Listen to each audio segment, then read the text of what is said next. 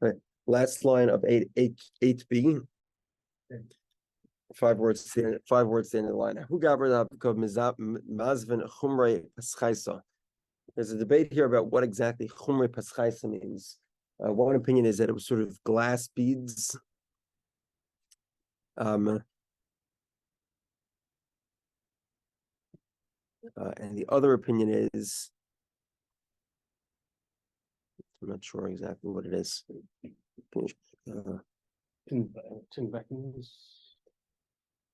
Tin buttons, yeah, that makes sense. Yeah.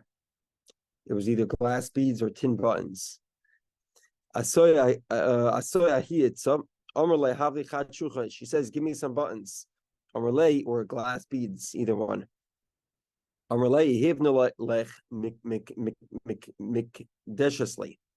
If I give you, are you agreeing to Kiddushin? So she says to him, give me. Rav Chama says, give me is not a response to Kiddushin. She just wants. She doesn't mean to accept Kiddushin. A similar story happened. 9a, 5 lines down. There's somebody who was just drinking wine in a market. I saw it. So it was one woman that came up to him. So she says to him, Havli chad kosa, I'd like a little bit of drink. He says to her, if I give you, are you going to agree to Kiddushin? So she says, Ashki Ashkai, I'd like a drink. Rav Chama says, same thing. Kol Ashki Ashkai and Lav Klumu. That type of response is not an indication that she's agreeing to the Kiddushin. Well, she is. She's saying she wants a drink. She's not agreeing to the Kiddushin. Another story. He was harvesting dates from a tree, from a palm tree. I saw this woman came. So she says to him, Shadili Tarti, throw me 2 of these dates. I like them. So he says to her, if I throw it to you, are you agreeing to Kiddushin? So she says to him, for 9a, Shadi Mishta, throw it. This is very similarly called Shadi Mishta, throw me the dates, Lav Klamu. It's not an agreement to Kiddushin. She wants the dates, she's not agreeing to the Kiddushin. Okay, Iboilu. Question. Have Ashki Vishadi. Let's say instead of saying Hava Meheva, give me, she just said once, give me. Is that an agreement to Kiddushin or not? It's about a third of the way down on 9a. So Ravina Mikudeshes. Ravina says that if she said it only once, she didn't say give me. She said give me once. That would be an agreement to Kiddushin. Rav Sama Bar Riksa, it's an interesting name. It doesn't appear very often in Talmud. He says Taga de Malka, I swear by the king's crown, and in Mikudeshes that it is not a Kiddushin. It makes no difference whether she says give me, or she says give me once. Okay, the Hilchas and Halacha is Ein Mikudeshes, the Kiddushin does not work. Now, going backwards for a couple of days, the Hilchas Shiroi Lo Tzrich Shuma. If you recall on Shabbos, we spoke about whether Shiroi needed Shuma. Shiroi were these pieces of silk, and she doesn't know how much they're worth. There are 2 versions of the Gemara. One version is that they need to be worth a certain minimum amount of money. It was 50 coins worth, and you need to evaluate to make sure that they're actually worth 50 coins. According to one opinion. According to the other opinion, according to one opinion, evaluation is necessary prior to her accepting Kiddushin. According to the other opinion, you could evaluate it even afterwards to see that it's worth 50 coins. And in the other scenario, the other position of the debate was that actually they never specified a value. So he says, here's these silk cloths. I want this to be Kiddushin. And Rav Yosef says that they need to be evaluated because a woman must know the value of the item she's receiving for Kiddushin. That is the opinion of Rav Yosef. However, the Gemara is saying the halacha does not follow Rav Yosef. It is not necessary for the woman to know exactly how much money the item of value she is receiving for Kiddushin is worth. And next debate, The halacha follows Rav Elazar. It says he gives her $100. He says to her, "I'm being mekadesh you with $100," and he gives her a dinner, one that gives her $1, and she accepts the $1. The halacha is mikudeshes v'yashlim. The Kiddushin is valid, and the other 99 are a loan. And he owes her 99 coins, but the Kiddushin happens immediately. Rava Amr of Nachman, which you saw yesterday. Rava said in the name of Nachman, Mana in kana, mashkin in kana, which means that if you gave a woman $100 as a mashkin, as a collateral, if you gave a woman a loan, which included a collateralized loan, so it's a secured loan, as a Kiddushin. So you tell her, for this Kiddushin, I'm going to give you a loan with, I'm going to give you a loan and accept this amount of collateral.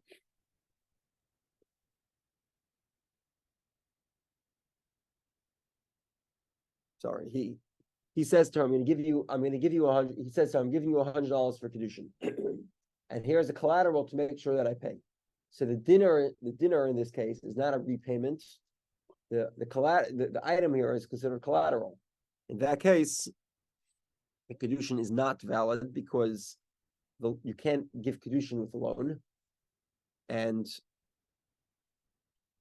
because the mashkin is just a collateral of the loan, it makes no difference. The fact that you gave a collateral, the collateral can't affect Kiddushin.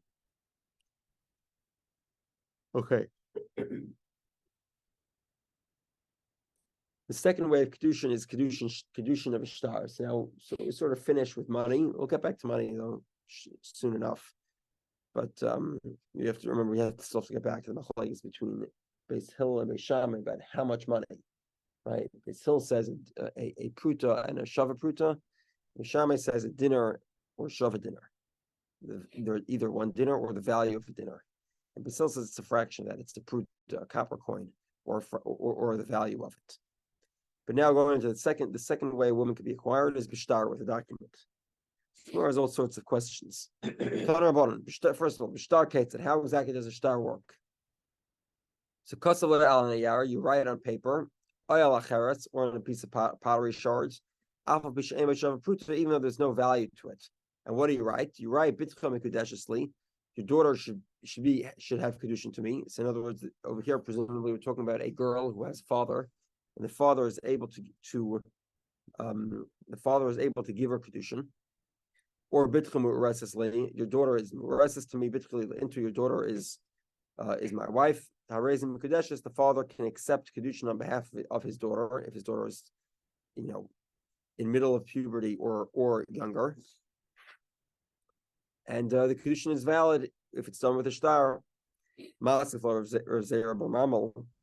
So Zera Bar Mamal has a question here. This document is very different than the traditional document. In a traditional document, you sell a house. Whose responsibility is it to write the contract, to write the bill of sale? It's the seller. I don't know, I've never bought a house, but I understand that if you buy a lot of expensive items, it's often the seller that writes. The bill of sale is typically written by the seller. Contract might be lawyers back and forth, but a bill of sale is certainly written by a seller. Now, who exactly is the seller here? So the seller writes, my field is sold to. But over here, the Baal, the husband, he's the buyer, and he's writing Kasa Bitchim Mikudeshesli. So it's sort of the opposite of a bill of sale. The seller here is sort of the father or the woman, and the buyer is the husband. So the wrong individual is writing the document. So Rava explains, so Rava says, if you look at the psukim pertaining to writing a document, you'll see that it depends how the Torah frames it. Hasam ksiv, with regard to selling a field, he will sell his inheritance, his estate. The Torah focuses on the seller. But over here, the Torah refers to the buyer as the main effector of the kinyan, as the pasuk says, that when the husband takes a woman, the husband, the Torah is focusing specifically on the husband. So the Gemara says, Hasanami, we find that the buying of a field is also concentrated on the seller. The Torah also concentrates on the seller. Ksiv Sades Bekesef Yiknu. The verse speaks that they will buy fields with money. So the Gemara says, Karibeh Yaknu. Doesn't mean that they'll buy it Yiknu. It means Yaknu, they will sell. So actually that verse is talking about the sellers, not the buyers. So the Gemara says, my time of car is by Yaknu. Why are you reading it Yaknu that they're going to sell? Because the verse states that because we have another verse that focuses on the mechira, on the selling, on the seller. And that's why we're switching the word Yiknu to Yaknu. The Gemara says, Hachanami kar beki yikach. And 1 second.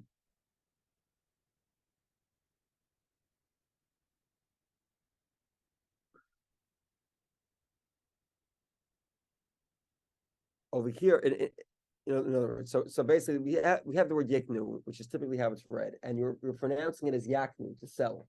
Why? Because we have another verse that indicates that the focus is on the seller. So if that's the case, why don't we say the same is true with regard to Kiddushin? Instead of saying ki yikach, the husband will buy, it should say ki yakach, when the woman will be sold to the husband, so to speak. Focusing on the one who receives the money and transacts the obligation, which in this case would be either the woman or her father. Because we have another verse that does focus on the father of the girl. I've given my daughter to this man. Again, the focus here is on the seller, so to speak, on the father of the girl. So therefore, the Gemara says that the psukim here don't really prove anything, because the psukim can be read in either direction. Rava says, it's halacha l'maishim sinai, and the psukim are just support. The Ibai is saying, another possibility is hasam namik siv ve'ekach esefer hamikna. Another possibility is that actually, with regard to selling a field, we do have additional support. And what is that?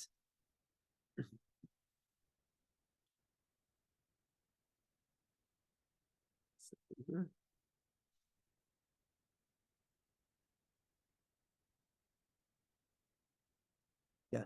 So over here, Yirmiyah was buying the field from Chanamol, and he said, and the Torah says of him, says in the book of Yirmiyah, I took the book of the sale, meaning that Yirmiyah, as the buyer, took the bill of sale from the seller. Clearly, the seller was the one who's writing it. So that's a clear textual support.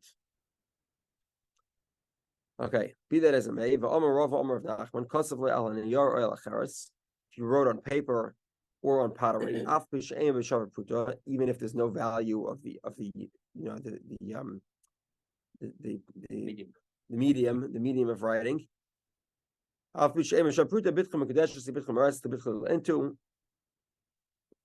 Your daughter is married to me.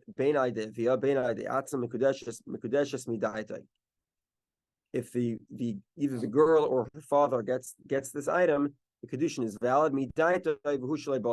Specifically, if her father agrees, provided that she's before the age of full maturity, the completion of puberty, which we call as begeris. She's prior to that stage, so then the Kiddushin must have her father's knowledge. However, another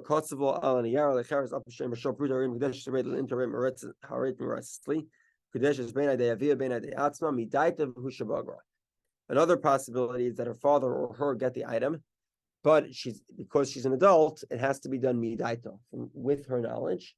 She has to consent to it. And either her or father could serve, she can accept it, or her father could serve as her agent, and the Kiddushin would be valid as well. Okay, a couple more fine points before we head on to the third way of acquiring a woman. The following question.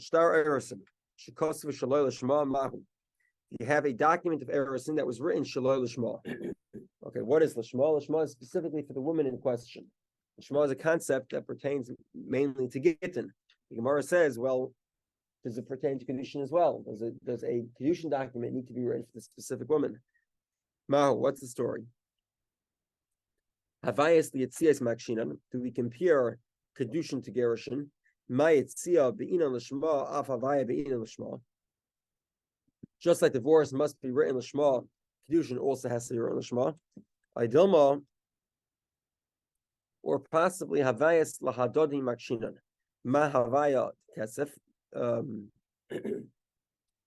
Or do we say that we compare the different methods of Kiddushin to each other?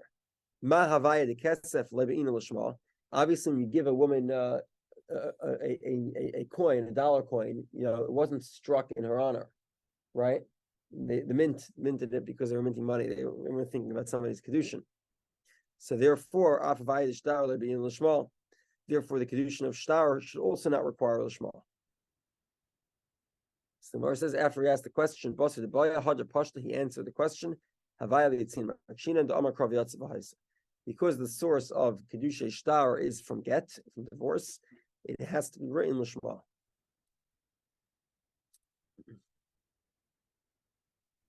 Now we get to the next question. Itmar kosvu l'shma v'shaloi midaita. It was written for her, but it wasn't written with her knowledge. Now, a divorce does not need to be written with the knowledge of the woman. But it must be written, obviously, with the knowledge of a man. Steve. Let me get my water. Hot water.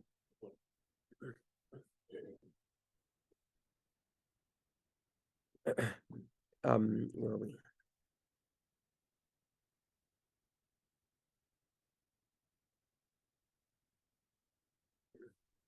Thank you.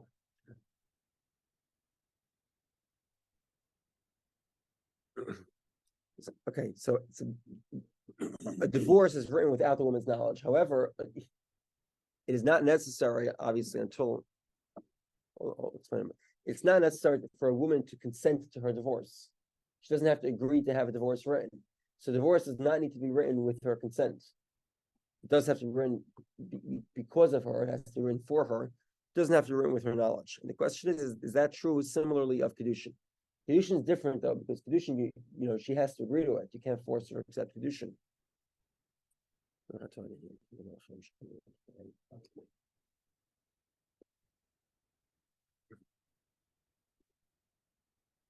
So Rav and Ravina, there's a machlekes here between Rav and Ravina. I'm sorry, Rav and Ravina Amri Mikudeshes. Rav and Ravina say the Kiddushin does work. The Papa of Rav Sharvi Amri in Mikudeshes. Rav Papa and Rav Sharvi say the Kiddushin does not work. Amr Papa, so Papa says, I'll explain my opponent's reasoning and I'll explain my own reasoning. Those that disagree with me, and they say that we do not require her consent to write a Kiddushin document.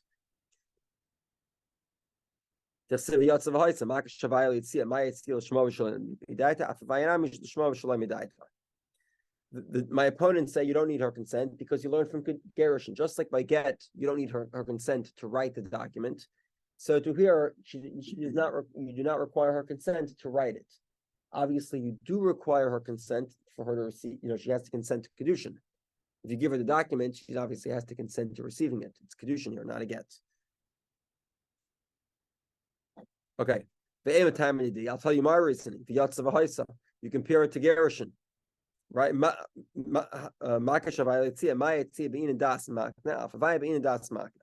there's a caveat. As it pertains to get, the husband is releasing the woman from her obligations. So that's why the husband's consent is required. Similarly, because the woman here is accepting the obligations, the woman's consent should be required. Because she is the one who's being makna, who's accepting the responsibility, accepting an obligation. And therefore, it should require her knowledge. Okay. The Gemara tries to bring a proof. Meisvei. I'll ask a question. Ein a kaisvin shtar erisin v'nesuin elamidas shneim. You need to write documents of erisin and nesuin with the consent of both the husband and the woman. Okay, now what exactly is a document of erisin? My love shtar erisin nesuin mamish. It means kiddushin through a shtar. That's the document of erisin. And you see here that the woman must consent to it. It's a strong support for a papa. The Gemara says there's no proof. The Gemara says no, not necessarily. Shtari psikta. We're talking about here about a dowry. So, if you remember from Kiddushin, we had a Gemara. I'm sorry, Ksubis. We had a Gemara where there was somebody sitting there by the Kiddushin, a big rabbi, and he said he didn't want to come, and he forced him to come. So he just sat there. He sat there with a blank face. The guy wrote some exorbitant amount of money to his daughter, and the rabbi didn't smirk, he didn't say anything because he didn't want his presence to be a pressure. Anyway, but the fact he didn't say anything made the guy increase his dowry more and more and more. Regardless, a dowry is often offered it's offered orally. It's not committed to a document. And as the Gemara says,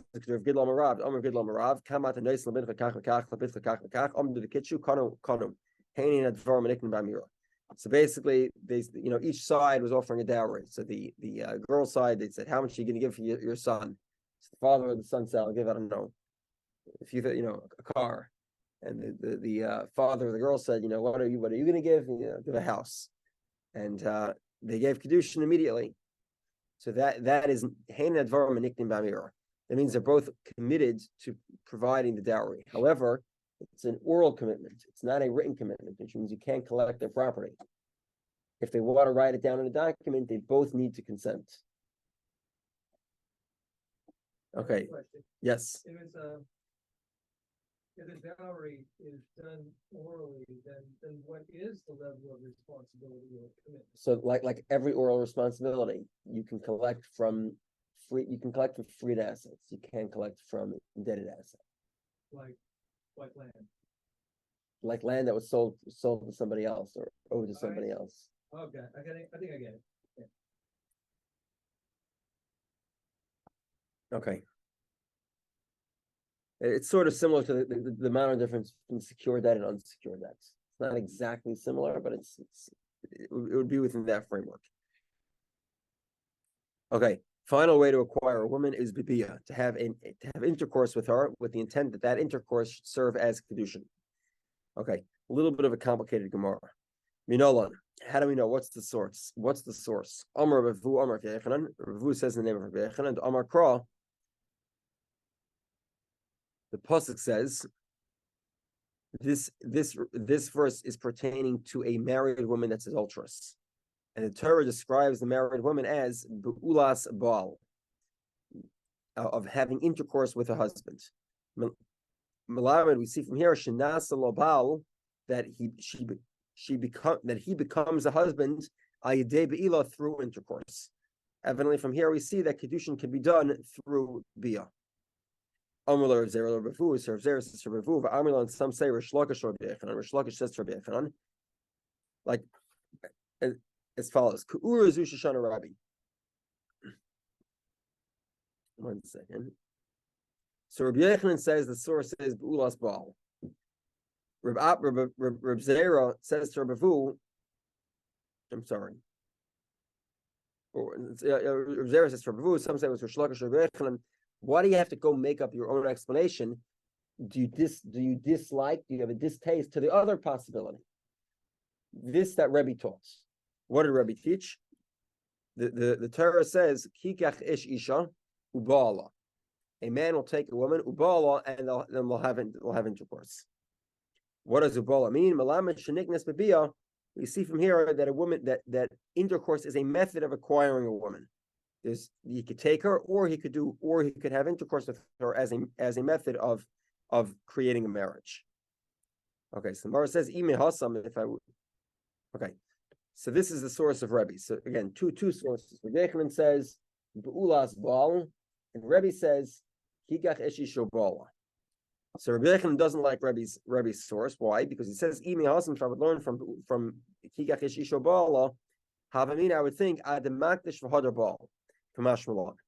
In other words, the Torah says, when a man takes a woman, ubala, and he has intercourse with her. If ubala means the intercourse that creates Kiddushin, I would think it's actually a combination. In order to marry a woman, you need to give Kiddushin and have intercourse. So the Kiddushin would either be kesef or shtar. We'll see about a shtar actually. A shtar actually would not require intercourse. We'll see why in a moment. But you have to give money. You give money. Kicha's money. Kicha's kesef. And then you must have intercourse, and then you're married, and then you create Kiddushin. See that? So that's why he disagrees. Mascaf Rabbi Bar Mamal says, hold on a second. That can never be a possibility that you need to do kesef and bia. Why not? Because how would it ever be possible to have a naira hamuras? So the law is, if you have a girl who's a naira, she's in the middle of maturity and she's in the state of erison, and she is adulterous, the penalty for that is much more severe. So the type of capital punishment administered is skila as opposed to chenek. Now, ask the Gemara, how would it ever be possible to have a naira hamurasa that gets skila? Because the reason why she gets skila is because she's a basula. She never had a relationship. But 1 second, if you mean to say that there's a possibility that the Torah would require kesef and bia, it's never possible to have a naira hamurasa. So therefore, it must mean that ubal and they have intercourse doesn't actually mean and, it must mean that it has or. It's an or. So there's two ways of Kiddushin, like Rabbi says. In other words, Rabbi Yochanan rejecting Rebbe's statement is an incorrect rejection. It's not possible to understand to understand ubal as an and. It must mean as an or. Because if it was understood as an and, it would be impossible to find a scenario of a naira marasa that gets skila. Okay, ida aktesh v'hadar bal. If he gives Kiddushin, that would be money, v'hadar bal, and then he has intercourse, and both of those are required, then be'ulahi, then she's no longer a virgin. Ida aktesh v'loy bal, and if he gave Kiddushin but did not have intercourse, then according to Rabbi Yechanan's theoretical understanding of Rebbe, there would be no Kiddushin. Obviously, there is Kiddushin, but we're going here in the Gemara's line of reasoning of Rabbi Yechanan, where Rabbi Yechanan's challenging Rebbe by proposing the possibility that for Kiddushin you need to have money and bia. So then so then there's no Kiddushin if there was no bia. Amru Rabbanan Kamei Abaya. So the rabbi said this in front of Abaya, and Abaya proposed a solution. Where the Oris had a relationship with her, but not in the usual manner. And pardon my language here, it's a reference to anal intercourse. That is typically the reference for Shalai Kedarka. Okay, we'll no longer specify. Shalai, that is the reference to Shalai Kedarka, the unusual way. Amr Abaya. So Abaya says, Atkan like pligi Rebbe v'Rabbanan. Okay, so hold on a second. So Abaya is proposing that if the husband has a relationship with his wife, if an Oros, they're not married yet, right? So the Oros gives Kiddushin, and then they have intercourse in an unusual way, so she's still a virgin, and therefore there'd be a penalty of Naira Hamuras. Naira Hamuras would be possible that she can have Kiddushin and still be a virgin. Remember, once she's married, the capital punishment is the traditional chenek, strangulation. It's only when she's in a state of erison that there's a penalty of skila, and she has to be a virgin. So it must mean that her oros had intercourse with her the unusual way. And the Gemara rejects this because the Gemara will propose now that even if the husband has a relationship the unusual manner, that would be considered actually to make her no longer a virgin. So actually, the husband she would no longer be considered a virgin. And the Gemara has the following question: let's say you have a naira hamurasa, yeah. So she's in state of erison, and 10 people rape her, shalai kedarga, the unusual way, or let's say have consensual affairs, the usual way. What's the penalty? Do all 10 of them get skila, stoning, or is it that just the first one gets stoning and the remaining 9 are no longer considered to have had an affair with a virgin? So this is a machlokes between Rebbe and the Rabbanan. The Rabbanan say that all 10 of them get skila. All 10 of them are considered to have raped a virgin, whereas Rebbe says only the first. And this debate here of whether we consider shaloi kedarka invalidating of the status of a virgin is only with regard to somebody else. But everybody agrees that with regard to the husband, it certainly invalidates her status as a virgin. So therefore, the proposal that you're offering is incorrect. And the question goes back to the original question, is according to Rabbi Yochanan's theoretical proposition that a Kiddushin would require both an act of kesef and bia, there is no way to find them. There's no way, it's impossible to have an Ira Hamurasa that gets skila, because it's not possible for her to have had a relationship and still be a virgin. And we're back to square one, which means that Yochanan's rejecting Rebbe's drasha for an invalid reason, because his proposal makes actually no sense at all. It's impossible that would be a requirement. Okay, so let's go through here. Let's go through the Gemara. Basically, everything I just spoke at outside. Rebbe and the rabbis will explain, and that was the debate between the 10 people that raped her in the unusual manner. That debate, that debate is only with regard to someone who's not a husband. Everyone agrees that if the husband has a relationship with his wife in the unusual manner, then she is considered a be'ula. She loses the status of being a virgin, of being a basula. What's this debate between Rebbe and the rabbis? The Tanya Bola Yudanoshim Dayani basula. 10 people had a relationship with her, and she's still a basula. Kulan beskila, and she's still a virgin. Kulan beskila, they all get the penalty of skila. Rebbe says, my opinion is Harisha beskila v'kulam bechenek. The first one gets skila because she's still considered a virgin.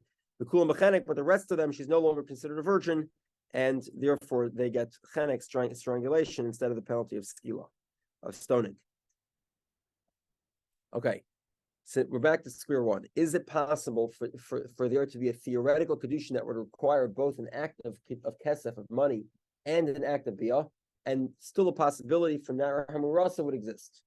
So the Gemara says, Amar V'Achmar Yitzchak Mashkach, so it's very simple. Then Shekitsha B'Shtar, the Kiddushin was not given through money, because money would require an act of intercourse.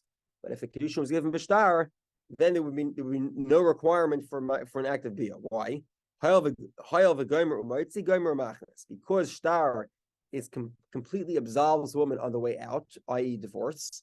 Therefore, it would completely bring a woman into Kiddushin even without an act of bia, and it wouldn't be necessary to have an act of intercourse. Okay. So now Rabbi Yochanan's rejection of Rebbe is valid.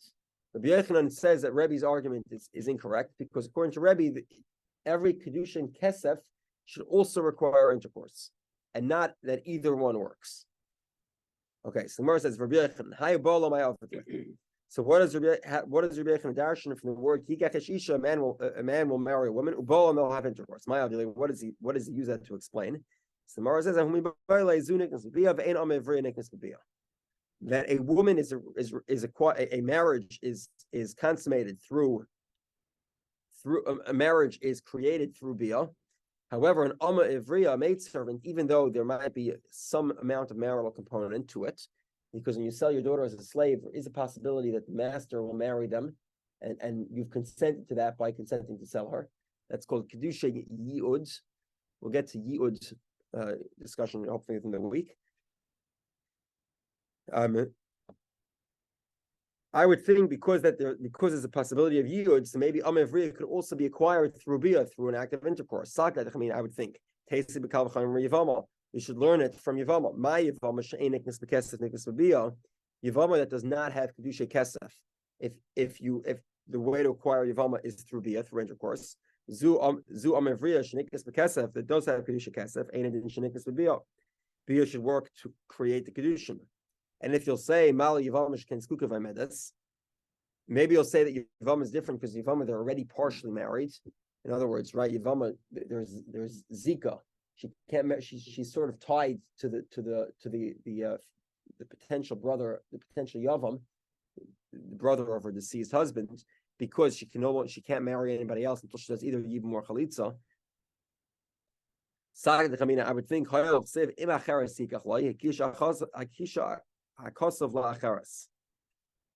I would think also that what happens is, so let's say the husband does kedusha yiyot. Sorry, let's say the master buys a maidservant and then he marries her. The halacha is, even though she was a maidservant, he's not allowed to treat her differently than a regular wife. If he marries another woman, then he has to treat them equally.